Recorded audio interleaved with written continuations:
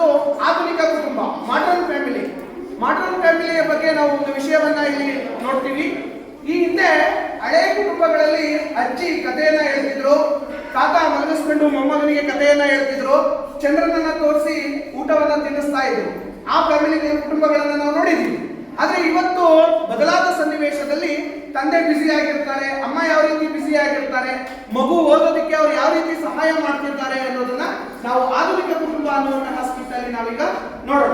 ಇದನ್ನ ಅಭಿನಯಿಸ್ತಾ ಇದ್ದಾರೆ ನಮ್ಮ ಶಾಲೆಯ ವಿದ್ಯಾರ್ಥಿಗಳು. ಬನ್ನಿ, ಆಧುನಿಕ ಕುಟುಂಬ.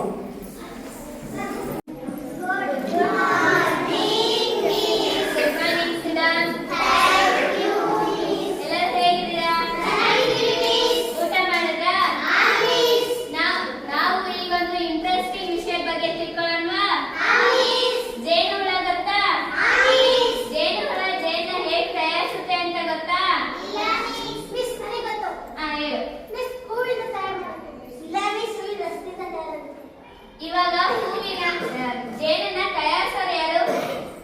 ಮಿಸ್ ಜೇನು ಹುಳ ತಯಾರಿಸುತ್ತದೆ. ಗುಡ್, ವೆರಿ ಗುಡ್, ಕೂತ್ಕೊಳ್ರಿ. ಇವಾಗ ಈ ತರ ಹೇಗೆ ತಯಾರಿಸುತ್ತೆ ಜೇನಿನ ಬಗ್ಗೆ ಎಲ್ಲ ತಿಳ್ಕೊಳ್ಳೋಣ. ಇವಾಗ ನಾನು ಎಲ್ಲರಿಗೂ ಒಂದೊಂದು ಕೆಲಸ ಕೊಡ್ತೀನಿ, ಅದನ್ನ ನೀವು ಮನೇಲಿ ಮಾಡ್ಕೊಂಡ್ ಬರ್ಬೇಕು. ಯಾರ್ಯಾರಿಗೆ ಯಾರ ಹತ್ರನಾದ್ರೂ ಸಹಾಯ ತಗೋಬಹುದು, ಅಕ್ಕಪಕ್ಕದವರು ಅಥವಾ ಮನೆಯವರಾಗಿರ್ಬೋದು, ಅಜ್ಜಿ ತಾತ ಯಾರಾದ್ರೂ ಸಹಾಯ ತಗೊಂಡ್ ಮಾಡ್ಕೊಂಡ್ ಬರ್ಬೇಕು.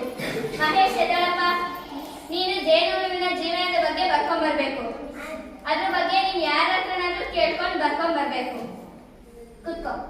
ಇವಾಗ ಎಲ್ಲರಿಗೂ ಒಂದೊಂದು ವಿಷಯ ಕೊಟ್ಟಿದ್ದೀನಿ. ನಾಳೆ ನೀವು ಏನ್ ಬರ್ಕೊಂಡ್ ಬರ್ತೀರಾ ಅನ್ನೋದ್ರ ಮೇಲೆ ಚರ್ಚೆ ಮಾಡೋಣ. Okay, thank you.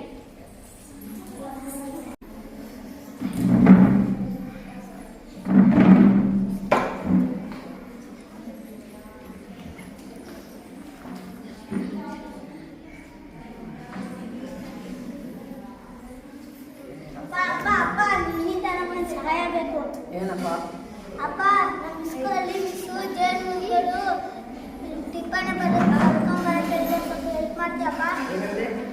ಅಪ್ಪ, ನಮ್ಮ ಸ್ಕೂಲಲ್ಲಿ ಮಿಸ್ಸು ಜೇನುಹುಳುಗಳು ಎಂಟೇ ಆಗುತ್ತೆ, ಅದ್ರ ಬಗ್ಗೆ ಟಿಪ್ಪಣಿ ಬರ್ಕೊಂಬರಕ್ಕೆ ಸಹಾಯ ಮಾಡ್ತೀಯಪ್ಪ? ಅಪ್ಪ, ಇವಾಗ ನಂಗೆ ತುಂಬ ಕೆಲಸ ಇದೆ, ಇಲ್ಲಿ ನೋಡಿದ್ವಿ. ಹೋಗ್ಬಿಟ್ಟು ನಿಮ್ಮ ಅಮ್ಮನ ಹತ್ರ ಕೇಳೋದು. ಸರಿಯಪ್ಪ.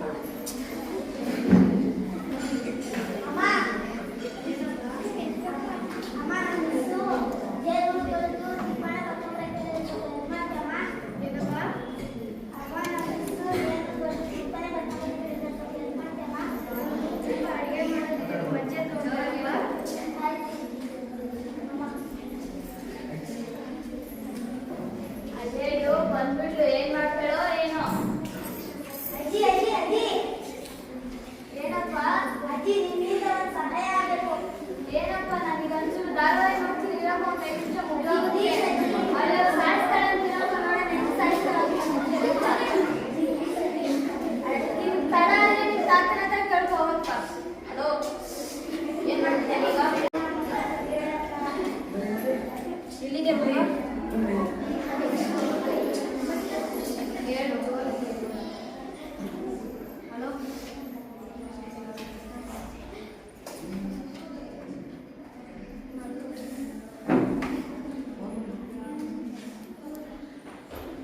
ಮಗ ಇಲ್ಲಿ ಕುಂತಿದ್ದೆ, ಸ್ಕೂಲ್ಗೆ ಹೋಗ್ಲಿಲ್ವಾ?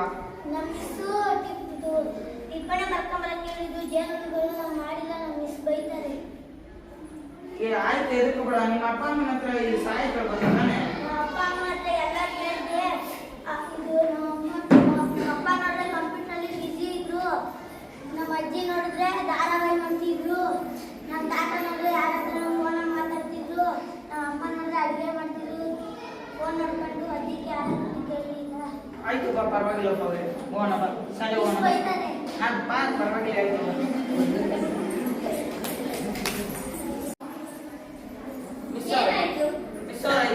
ನೀವೇನು ಹೋಮ್ವರ್ಕ್ ಮಾಡಿಲ್ವಂತೆ, ನೀವು ಜೇನುಹುಳುಗಳ ಬಗ್ಗೆ ಹೇಳಿದ್ರಂತೆ. ಇವರು ಯಾಕೆ ಮಾಡ್ಕೊಂಡ್ ಬರ್ಲಿಲ್ಲ?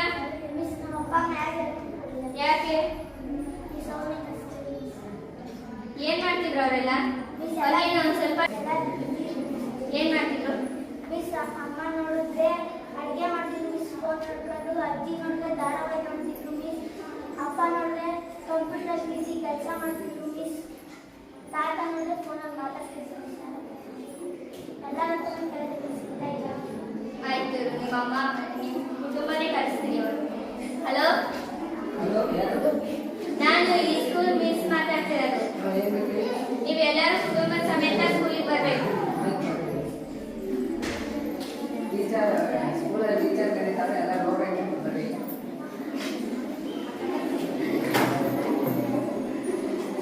ಏನು ಕಲಿತಿದ್ರಿ?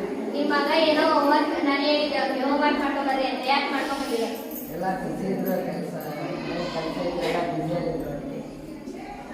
ಇವಾಗ ಯಾರ್ಯಾರು ಇವಾಗ ಎಲ್ಲರ ಹತ್ರನೂ ಕೇಳ್ತಾರಪ್ಪ, ಅವರೆಲ್ಲ ಏನ್ ಮಾಡ್ತಿದ್ರು?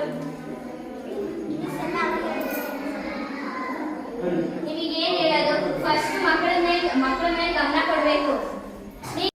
ನೀವು ಧಾರಾವಾಹಿ ಅತ್ತಿನಲ್ಲಿ ಯಾರಾದ್ರೂ ಧಾರಾವಾಹಿ ನೋಡ್ತಿದ್ರೆ ಹಿಂದಿನ ಕಾಲದಲ್ಲಿ ಹೇಳ್ತಿದ್ರು, ಮಕ್ಕಳಿಗೆಲ್ಲ ಬುದ್ಧಿವಾದ ಹೇಳೋದು, ಕಥೆ ಹೇಳೋದು ಮಾಡ್ತಿದ್ರು. ಓಕೆ, ಇವಾಗ ನೀವು ಎಲ್ಲರೂ ಅಷ್ಟೇ, ನೀವು ಯಾವಾಗೂ ಅಷ್ಟೇ, ನೀವು ಮನೆಗೆ ಹೋಗಿದ ತಕ್ಷಣ ಫೋನ್ ಇಟ್ಕೊಳ್ಳೋದೆಲ್ಲ ಮಾಡಬಾರ್ದು. ಇವಾಗ ಫಸ್ಟ್ ನಿಮ್ಮ ಮಕ್ಕಳ ಕಡೆ ಗಮನ ಕೊಡಬೇಕು.